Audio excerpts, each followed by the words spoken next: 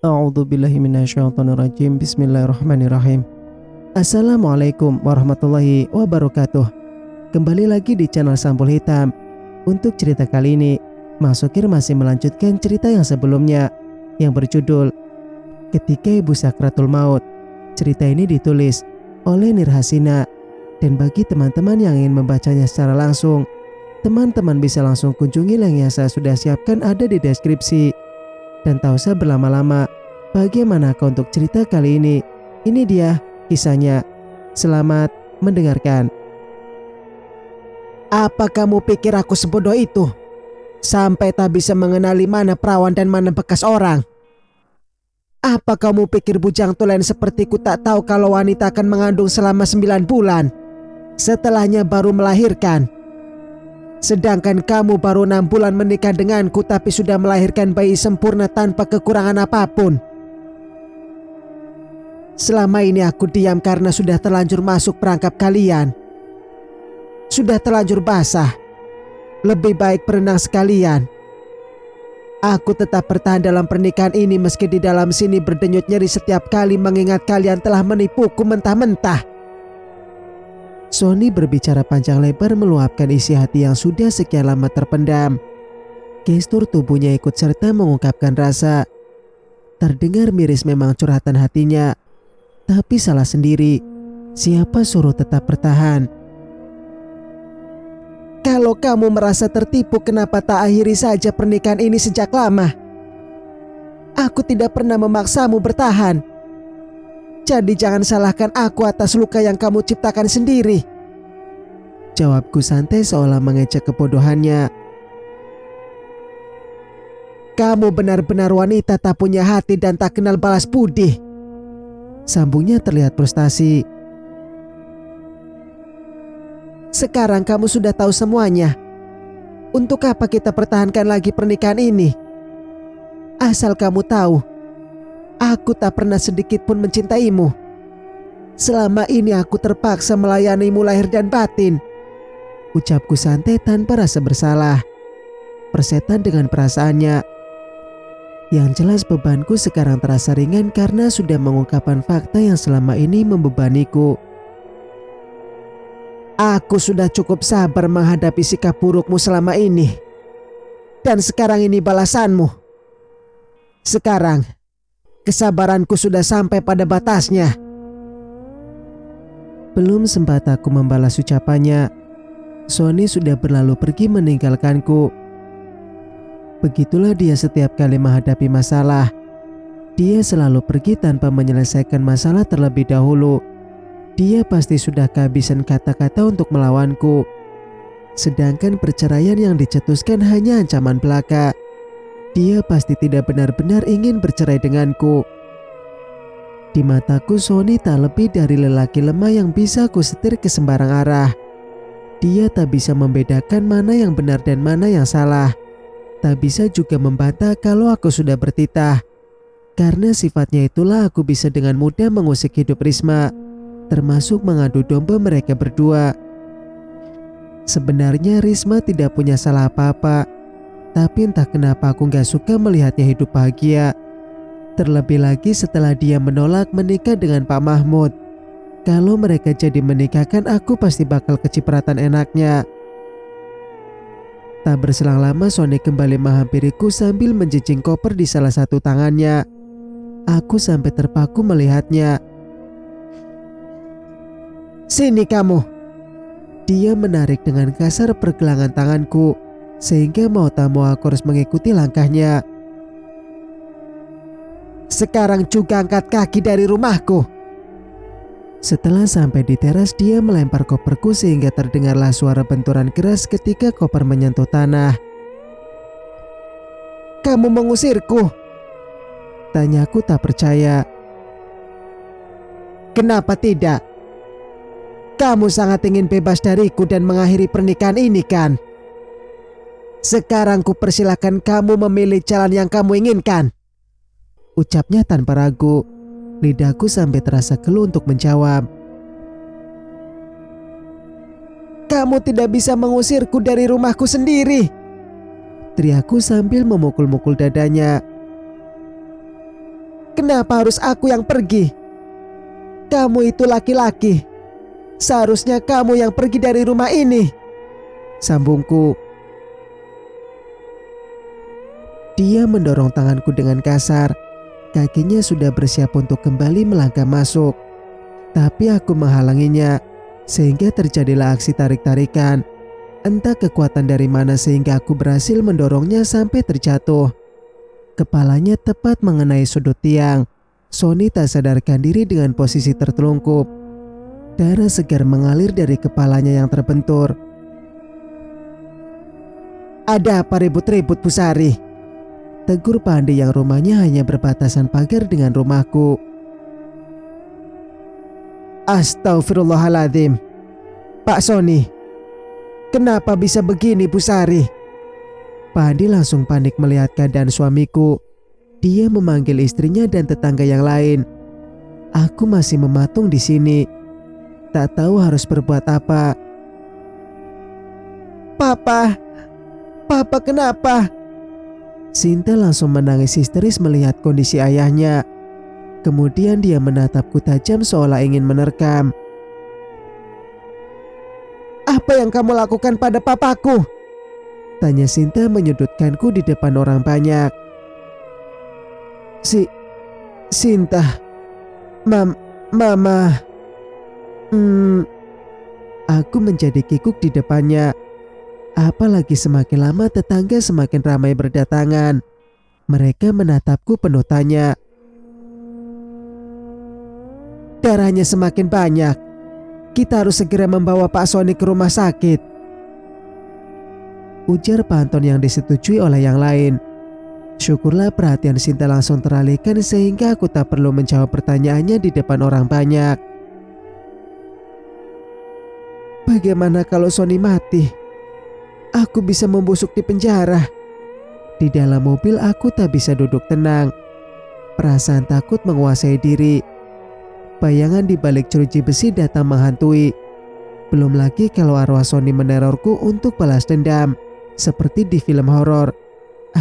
Pasti mengerikan. Sesampainya di rumah sakit, Sony langsung dibawa ke ruang UGD. Jantungku semakin berdegup kencang. Apalagi saat dokter bertanya, "Bapak ini kenapa?" Untunglah para tetanggaku yang ikut mengantar Sony ke rumah sakit menjawab dengan bijak. Mereka mengatakan kalau dia tak sengaja terjatuh. Syukurlah luka Sony tak terlalu parah. Tidak sampai merenggut nyawanya seperti yang baru saja aku bayangkan. Hanya perlu dijahit supaya darah berhenti mengalir keluar. Tapi dia tetap harus dirawat karena kondisi kesehatannya yang drop.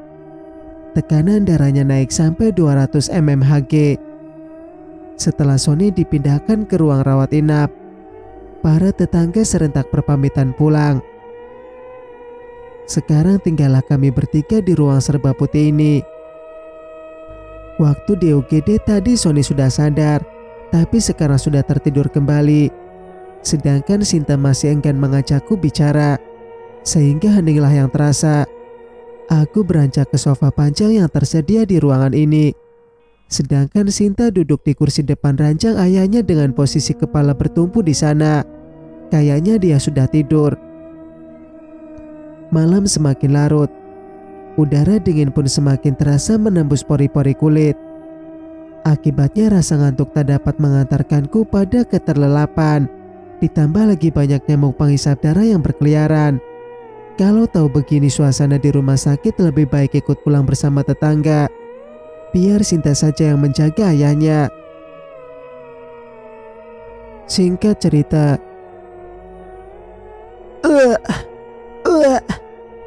aku mengucak mata ketika dari kamar mandi terdengar suara orang muntah-muntah. Entah jam berapa aku benar-benar terlelap. Seingatku jam 4 dini hari aku masih terjaga. Masih dapat ku dengar sayup-sayup suara lantunan ayat suci Al-Quran dari masjid. Sekarang pagi sudah datang menyapa. Bahkan matahari sudah agak meninggi. Terlihat dari sinarnya yang masuk melalui celah-celah jendela kaca. Aku meraih ponsel di saku piyama. Tujuannya hanya ingin melihat sudah jam berapa sekarang. Rupanya sudah jam 8 pagi. Aku segera bangkit dari sofa. Setelah kepala tegak dengan sempurna, aku bisa melihat Sony di ranjangnya. Dia sudah bangun, tapi langsung memalingkan muka saat netra kami bersitatap. Kenapa kamu? Aku langsung bertanya ketika wajah Sinta menyembur dari balik kamar mandi. Wajahnya terlihat pucat dengan kantung mata yang terlihat jelas. Mungkin karena kurang tidur sama sepertiku. Masuk angin, jawabnya ketus tanpa menoleh ke arahku. Mama mau pulang sebentar. Mau mandi sama ngambil barang-barang yang dibutuhkan, ujarku. Terserah, jawabnya ketus. Anak ini seperti mau mengibarkan bendera perang terhadapku. Niatku untuk pulang terpaksa ditunda karena dokter dan seorang perawat masuk untuk memeriksa keadaan Sony. Gimana keadaan suami saya, Dok? Tanyaku pada dokter. Di depan orang lain aku harus berlagak seperti istri yang baik. Sinta seketika memandangku sinis, tapi aku tetap memasang senyum manis. Alhamdulillah, tensinya udah turun dari 200, sekarang sudah 160. Itu sudah normal. Banyakin istirahat aja ya Pak. Sama obatnya diminum sesuai anjuran. Sony hanya merespon saran dokter dengan anggukan. Setelah selesai dengan tugasnya, lelaki berjas putih itu meninggalkan ruangan ini. Karena tak ada lagi rintangan, aku pun bergegas pulang. Setelah sampai di rumah, aku langsung merebahkan badan di tempat peraduan. Semalaman bergadang dan menjadi santapan nyamuk liar membuatku merasa sangat lelah. Tak berselang lama mata sudah terasa berat. Aku mulai terbuai alam mimpi. Entah sudah berapa lama aku terlelap. Aku tersadar kembali saat ponselku berbunyi nyaring. Ketika membukanya ada puluhan panggilan tak terjawab dari Sinta. Dia juga mengirimkan beberapa pesan di aplikasi hijau. Mah, kok lama banget? Sinta mau pulang juga. Jam 11.35. Mah, cepetan balik ke rumah sakit. Gantian jaga papa. Sinta rasanya gak enak badan. Pengen istirahat dulu di rumah. Jam 12.50. Pesan terakhir dikirim 5 menit yang lalu. Sekarang jam sudah menunjukkan pukul 15.15. Ternyata aku tertidur sangat lama sampai kepala pusing dibuatnya. Aku bergegas ke kamar mandi untuk membersihkan diri lalu bersiap ke rumah sakit.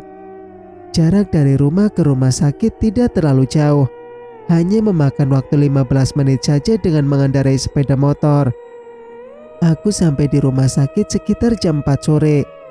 Ruangan Sony sudah dipenuhi oleh keluargaku yang datang membesuk. Ternyata yang datang bukan hanya Bang Irfan dan Kak Diana, tapi ada Kak Mary, kakak keduaku juga. Dia juga datang bersama keluarganya. Selain itu ada juga Ayas, adik bungsuku yang juga datang bersama anak dan istrinya. Kami 4 bersaudara dan aku adalah anak ketiga. Kamu dari mana aja, Sari? Kasihan tuh Sinta menjaga ayahnya sendirian. Mana dia lagi kurang sehat. Dari tadi muntah-muntah terus, ucap Kak Mary. Aku spontan menoleh ke arah Sinta. Dia lebih pucat dari pagi tadi. Aku tadi pulang sebentar, Kak. Mandi sekalian ganti baju, jawabku sekenanya. Malas juga kalau sudah diinterogasi oleh kakakku yang satu ini.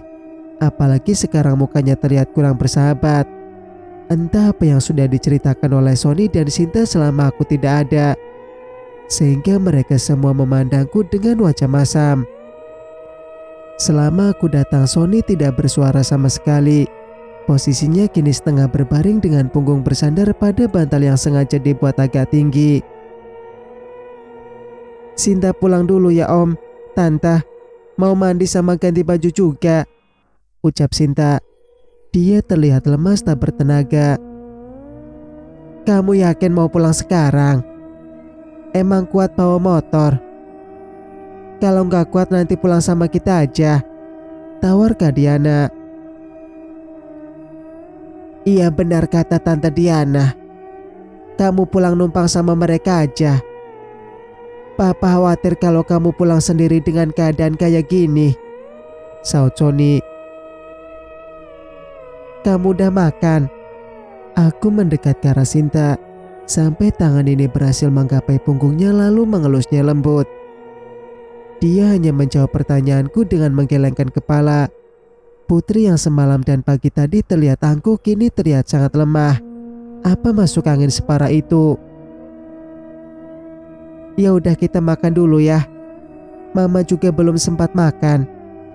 Tadi di jalan Mama sempat beli nasi goreng tapi cuma 2 porsi. Ucapku tak enak hati pada saudara-saudaraku karena tidak membelikan juga untuk mereka. Gak apa-apa, kalian makan aja. Kami sudah makan kok tadi, saut Bang Irfan. Mendengarnya aku langsung merasa lega. Ini buat kamu. Aku menyodorkan sebungkus nasi goreng kepada Sinta.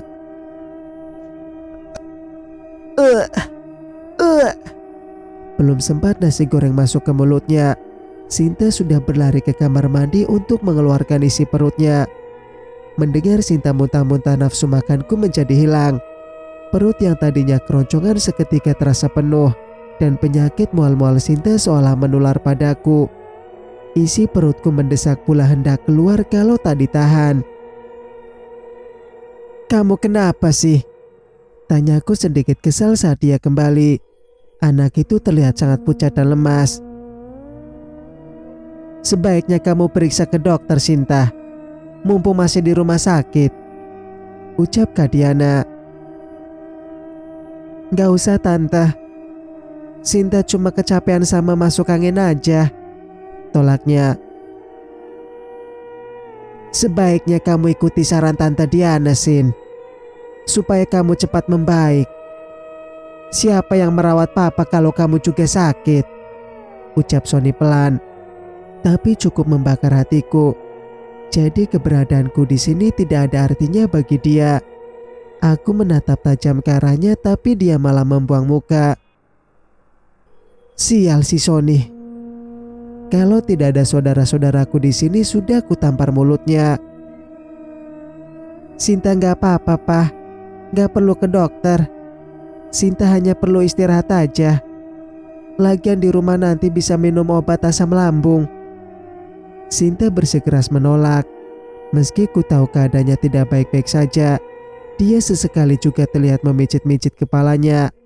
Aku tak banyak berkomentar, mengingat hubungan kami yang sedang tidak baik-baik saja. Aku terus menyendokkan nasi goreng ke dalam mulutku, seolah sedang menikmati makanan. Padahal selera makanku sudah hilang, dan nasi goreng yang sejatinya enak kini terasa hambar. Kita pulang sekarang gak apa-apa ya, Sar. Soalnya kasihan Sinta udah lemah banget kayak gini, ucap Kak Diana ketika melihatku sudah selesai makan. Cepet banget, Kak. Baru juga datang, jawabku. Kami sudah datang dari tadi. Kamu yang baru tahu, saut Bang Irfan sedikit ketus. Lagian kamu ngapain di rumah lama-lama? Udah tahu suami sakit, gak ada yang jaga, sela Kak Mary. Tadi aku ketiduran, Kak. Semalam gak bisa tidur, jawabku apa adanya. Enak banget kamu, tidur-tiduran di kasur empuk. Sedangkan Sinta harus siap siaga menjaga ayahnya sampai dia juga jatuh sakit, sambung Kak Mary lagi. Aku tak lagi menjawab perkataannya, takut melebar kalau terus diladeni. Aku gak tahu apa yang sudah diadukan Sinta sama Sony sebelum aku datang. Mereka pasti sudah menjelek-jelekan aku. Udah, gak usah ribut. Ini rumah sakit. Lebih baik kita pulang sekarang. Lerai Ayas yang dari tadi hanya diam. Kak Mary tampak berdecak kesal. Sinta pamit pulang ya, Pak. Besok Sinta kesini lagi. Sinta hanya berpamitan pada Sony, sedangkan padaku menoleh pun tidak. Walaupun begitu aku tetap mengantar mereka sampai ke depan pintu. Setelah mereka benar-benar pergi, aku harus menanyakan pada Sony apa saja yang sudah dia ceritakan pada saudara-saudaraku. Sehingga Kameri bersikap ketus begitu padaku. Aku masih berdiri di ambang pintu seraya memperhatikan mereka yang melangkah kian jauh. Saat hendak berbalik, aku mendengar suara benturan yang sangat keras. Aku kembali melangkah keluar untuk mencari sumber suara. Dan ternyata Sinta jatuh pingsan tepat di pintu keluar rumah sakit. Aku berlari menuju tubuhnya yang tergeletak di lantai. Ayah segera meminta tolong kepada petugas rumah sakit. Dengan sigap mereka membawa Sinta ke ruang UGD. Pasien dehidrasi. Samar-samar aku dapat mendengar percakapan perawat yang sedang menangani Sinta. Sinta berada di ruang UGD sekitar 20 menit. Setelahnya dipindahkan ke ruang rawat inap. Aku meminta kamarnya disatukan dengan Sony supaya bisa sekali jaga. Kami semua kembali ke kamar Sony. Bang Irfan dan yang lainnya juga tidak jadi pulang. Sesampainya di kamar, Sony menangis histeris melihat kondisi putrinya. Papa tidak perlu khawatir berlebihan. Ini sudah biasa terjadi pada ibu hamil muda. Kami semua begitu kaget mendengar penuturan dokter. Kak Mary dan Bang Irfan langsung mengarahkan tatapan padaku. Aku hanya menggeleng tak dapat membuka suara. Maksud dokter apa? Tanya Bang Irfan tidak dengan suara tinggi, namun penuh tekanan. Mual dan muntah yang dialami Bu Sinta ini namanya morning sickness, Pak. Ibu hamil biasanya mengalami morning sickness pada trimester pertama kehamilan. Tapi Bapak dan Ibu tidak perlu khawatir. Ini hanya bersifat sementara dan tidak membahayakan ibu dan bayi. Hanya saja jangan bekerja yang berat-berat dulu selama masa ini. Penjelasan dokter membuat kami semua ternganga. Apa maksudnya Sinta hamil? Maksud dokter keponakan saya hamil? Tanya Bang Irfan kembali. Oh, pihak keluarga belum tahu. Berarti ini sebuah kejutan. Selamat ya Bapak Ibu. Ibu Sinta sedang mengandung. Usia kandungannya sudah 8 minggu. Ujar dokter yang menangani Sinta sambil tersenyum bahagia. Bagaimana bisa dokter mengatakan keponakan saya hamil? Padahal dia belum menikah. Dokter pasti salah. Sinta hanya masuk angin biasa. Saut Bang Irfan dengan nada suara yang keras. Kak Diana tanpa menenangkan suaminya. Dokter yang mengenakan hijab abu-abu sebagai penutup kepala itu tanpa susah menelan saliva. Suasana di ruangan ini seketika menjadi tegang.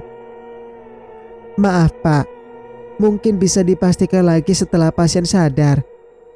Nanti akan kita lakukan tes urin untuk memastikan. Kalau begitu saya permisi dulu. Pamitnya dengan sedikit membungkukkan badan. Sari, kamu kenapa diam aja? Apa kamu udah tahu kalau Sinta hamil? Tuding Kak Mary. Aku nggak tahu apa-apa Kak. Lagian belum tentu juga Sinta hamil. Elaku. Akhir-akhir ini aku memang jarang bicara dengan Sinta karena anak itu lebih banyak menghabiskan waktu di kamar. Sedangkan aku dan Sony sibuk mengurus Risma yang keras kepala. Kalau Sinta benar-benar hamil di luar nikah, bisa tercoreng nama baik keluarga besar kita. Aku gak mau ikut menanggung malu, ucap Kak Diana dengan sinis. Kenapa kamu bisa gak tahu apa yang terjadi sama Sinta? Kamu itu ibunya, cecer Bang Irfan. Kenapa kalian malah memojokkan aku? Aku bukan satu-satunya orang tua Sinta. Sinta masih punya ayah yang bertanggung jawab atas dirinya. Sautku sembari melirik ke arah Sony yang sedari tadi hanya menyimak perdebatan kami. Aku di mana? Di tengah ketegangan yang menyelimuti kami, Sinta tiba-tiba sadar dari pingsannya. Sinta, Kamu sudah sadar, nak? Ini papa, nak. Tadi kamu pingsan pas mau pulang. Sony mendekat ke arah Sinta dan kembali terguguk. Satu tangannya menggenggam erat tangan Sinta. Aku sangat muak melihat kelakuannya. Jadi laki-laki kocengeng banget. Sinta, apa benar kamu hamil? Dokter bilang kamu hamil. Kamu hamil sama siapa? Kak Mary langsung memberondongi Sinta dengan pertanyaan. Padahal dia belum sepenuhnya sadar. Katakan kalau tuduhan itu tidak benar, nak. Kamu tidak mungkin mengecewakan papa, kan? Ucap Sony. Iya, Sinta. Bilang sama mama kalau itu semua gak benar. Kamu gak mungkin melakukan itu, kan? Ucapku. Ini semua salah kalian berdua. Kalian terlalu memanjakan anak. Begini kan jadinya. Bikin malu keluarga. Ucap Kak Mary terlihat sangat murka. Sudah. Gak usah diperpanjang. Lebih baik kita ikuti saran dokter melakukan tes urin untuk memastikan kebenarannya. Lerai Bang Irfan. Akhirnya tes urin dilakukan meski pada awalnya Sinta sempat menolak. Namun karena kami terus memaksa, dia tidak bisa mengelak. Aku berharap hasilnya negatif, dengan begitu masalah ini selesai. Namun harapanku terpatahkan setelah melihat garis 2 di beberapa tespek yang dicelupkan ke urin Sinta. Di antara banyaknya alat tes kehamilan, tidak ada satupun yang hasilnya negatif. Aku terduduk lemas setelah mengetahui kenyataan yang memilukan sekaligus memalukan ini. Aku tidak menyangka putriku akan mengikuti jejak ibunya. Sony kembali drop setelah mengetahui kebenarannya. Sedangkan Sinta sudah mati rasa. Dia diam saja saat dimarahi. Tidak menangis. Tidak meminta maaf. Tidak juga melawan. Kak Mary terus mendesaknya mengatakan siapa ayah dari anak yang dikandung. Sehingga setelah puluhan kali ditanya, satu nama terucap dari bibirnya. Dani.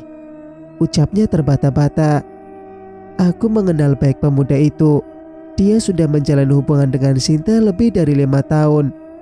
Tepatnya saat mereka masih sama-sama duduk di bangku SMA. Sekarang dia juga bekerja di tempat yang sama dengan Sinta. Wajar kalau hubungan keduanya semakin lengket dan bertindak di luar batas. Setauku Dani pemuda yang cukup baik. Tapi entah kenapa Sony kurang menyukainya. Bagiku kehamilan Sinta bukan masalah besar. Apalagi hamil dengan Dani, karena dengar-dengar Dani lulus tes P3K. Itu artinya Sinta akan punya suami yang mapan. Sari, kamu urus tuh anak kamu. Paksa cowoknya untuk tanggung jawab dan nikahkan mereka secepatnya. Kami tidak mau ikut menanggung malu karena Sinta hamil tanpa suami. Ucap Bang Irfan. Ayo kita pulang, sambungnya. Mereka semua meninggalkan ruangan ini dengan perasaan dongkol. Aku dapat mengerti kekecewaan saudara-saudaraku, karena itu aku memilih untuk tidak banyak bicara. Membiarkan mereka secepatnya pulang adalah pilihan terbaik. Karena aku harus segera mengurus masalah Sinta. Sekarang hanya tinggal aku dan Sinta di dalam ruangan serba putih ini. Sony sudah dibawa perawat ke ruang lain karena dia pingsan saat mengetahui Sinta hamil. Entah bagaimana keadaannya sekarang. Aku belum berniat melihatnya. Biarlah Sony menjadi urusan dokter. Sinta, kamu sudah beritahu Dani. Kamu sudah beritahu Dani kalau kamu hamil? Tanyaku sembari menghempaskan bokong di atas nakas. Sekarang posisiku tepat berada di hadapan Sinta. Udah mah, tapi chatku gak dibalas. Telepon juga gak diangkat. Jawabnya sambil menangis. Aku menjadi geram mendengar jawaban Sinta. Sepertinya Dani mau mencoba lari dari tanggung jawab. Tapi aku gak akan membiarkan itu terjadi. Udah gak usah nangis. Kamu tenang aja. Mama akan memaksa dia bertanggung jawab. Ujarku menenangkannya. walaupun sebenarnya pikiranku sangat kalut saat ini. Seingatku Dani itu tetanggaan dengan Risma. Sepertinya aku harus melibatkan Risma dalam masalah ini. Lagian kan sudah tanggung jawabnya mengurus ponakan, apalagi ayahnya sedang terbaring sakit. Mustahil bagiku meminta bantuan pada saudara-saudaraku karena mereka pasti tidak mau mengurus masalah seperti ini. Udah gak usah nangis lagi. Mama mau lihat papa dulu. Aku langsung beranjak ke ruang di mana Sony dirawat, meninggalkan Sinta yang masih terisak. Setibanya di sana aku benar-benar kaget melihat kondisi Sony yang tengah berbaring di atas brangkar. Bersambung, nantikan kelanjutannya di video berikutnya. Mas Sukir pamit. Wassalamualaikum warahmatullahi wabarakatuh.